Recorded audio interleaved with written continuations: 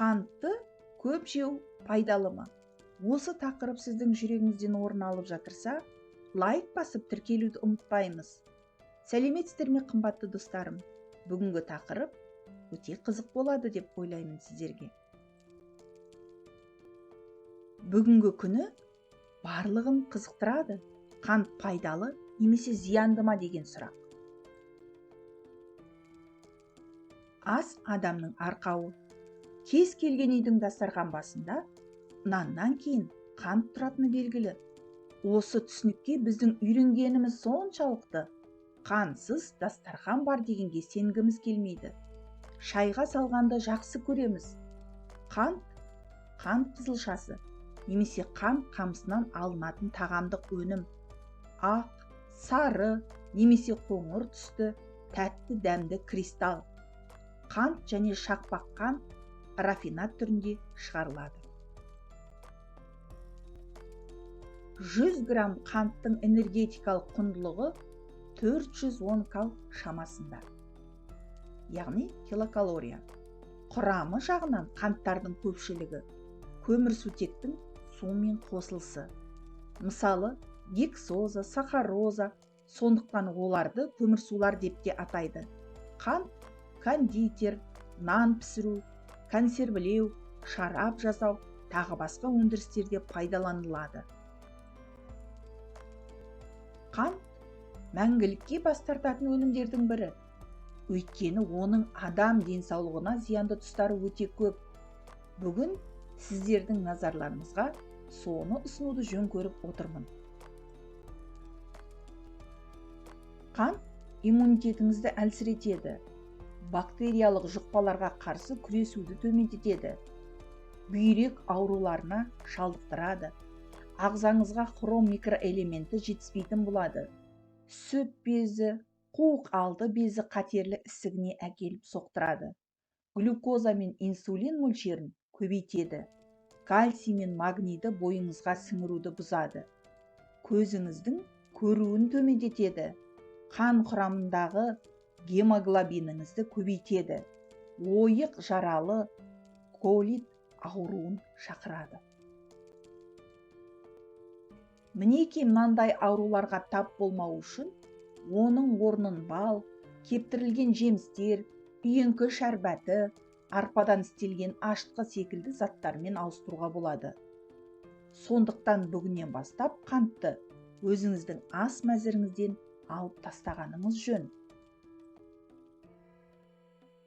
Тәтті сүйгіш адамдар күніне кем дегенде 22 шай қасығындай қант жейді екен. Оның денсаулыққа тигізер кері әсері жетерлік. Артық салмақ, жүрек ауруы, есте сақтау қабілетінің нашарлауы және тағы басқалар.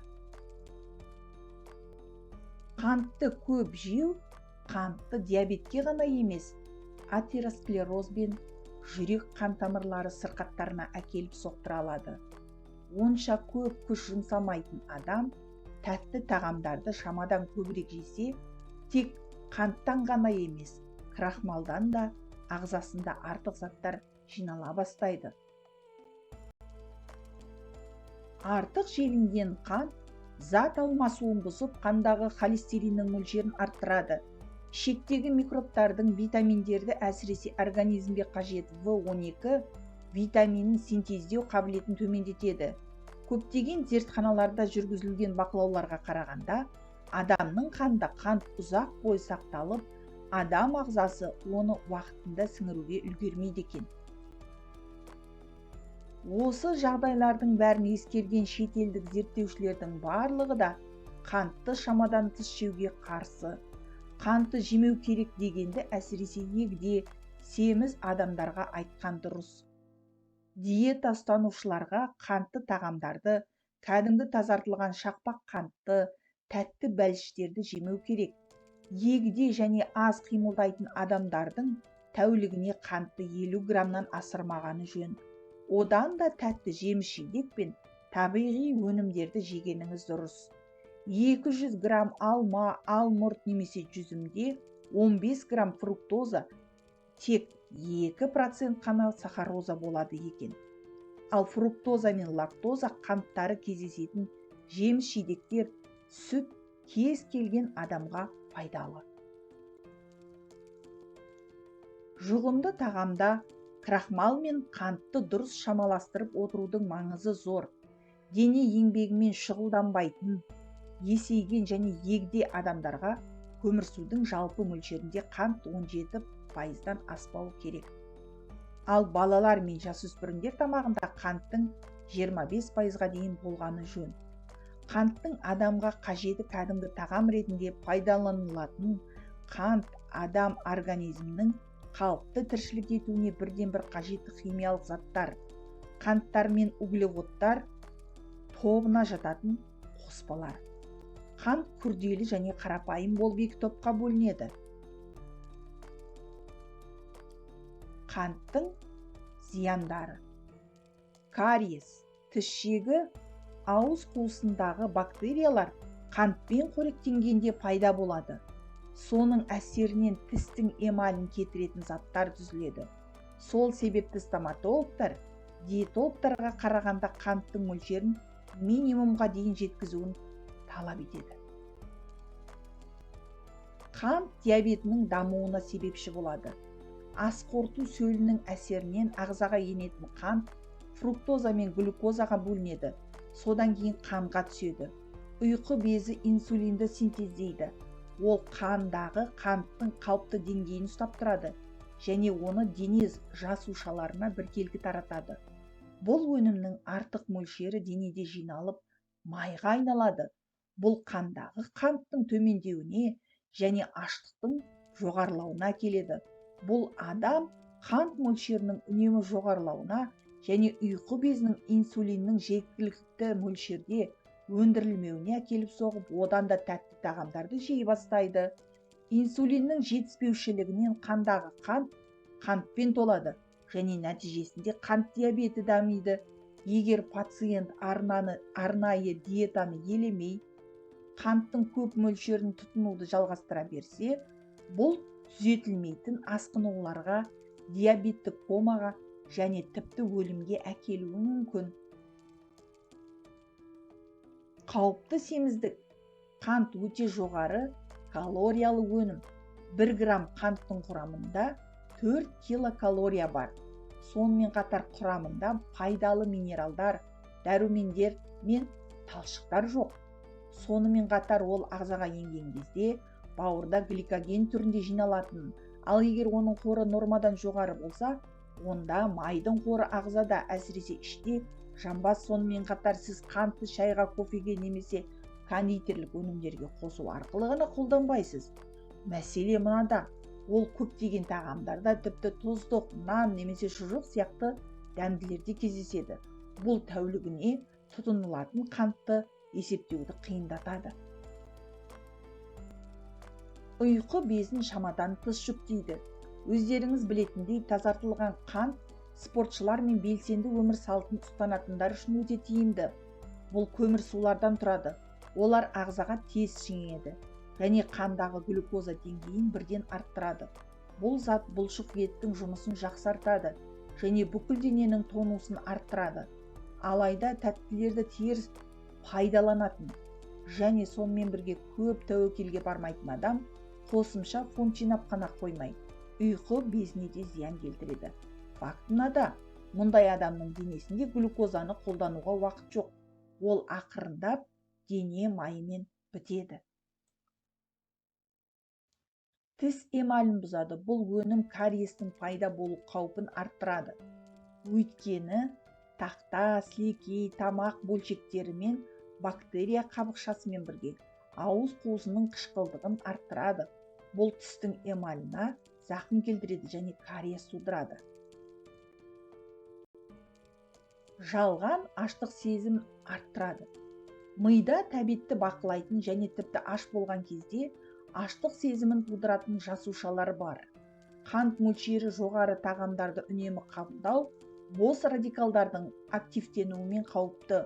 Бұл нейрондардың қалыпты жұмысын бұзады және жалған аштық сезіміне әкеледі.